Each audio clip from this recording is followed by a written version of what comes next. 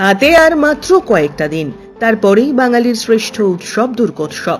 পুজোর কটা দিন বিভিন্ন পুজো মণ্ডপগুলিতে নামবে মানুষের ঢল। ইতিমধ্যেই রাজ্যের মুখ্যমন্ত্রী পুজোর আগে রাস্তা সংস্কারের নির্দেশ দিয়েছেন, যাতে পথে সাধারণ মানুষের কোনো প্রকার সমস্যার মধ্যে পড়তে না হয়। মুখ্যমন্ত্রীর নির্দেশ অনুসারে কালিয়াগঞ্জ পুরসভার উদ্যোগে শহরের গুরুত্বপূর্ণ রাস্তাগুলি সংস্কারের কাজ শুরু করেছে কালিয়াগঞ্জ পুরসভা। কালিয়াগঞ্জ পুরসভার পুরপ্রধান রামনিবাস সাহা জানান, প্রতি বছর পুজোর আগে কালিয়াগঞ্জ জুড়েই রাস্তা সংস্কার করা হয়ে থাকে, কিন্তু এবছর মুখ্যমন্ত্রী বিশেষ করে নির্দেশ দেওয়ায় জোর কদমে কাজ শুরু হয়েছে। এ বিষয়ে কালিয়াগঞ্জ পুরসভার পুরপ্রধান রামনিবাস সাহা আরো কি জানালেন শোনাবো আপনাদের।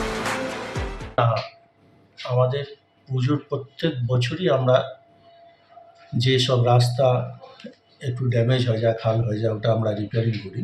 কিন্তু এবার আমাদের মাননীয় মুখ্যমন্ত্রী নিজে নির্দেশ দিয়েছে যে যেসব রাস্তা খাল খন্ডা খারাপ হয়ে গেছে, লাইট যতটুকু পারবা রিপেয়ারিং করার জন্য আমরা রিপেয়ারিং করার চেষ্টা করতেছি এবং করতেছিও, রানিংও আছে।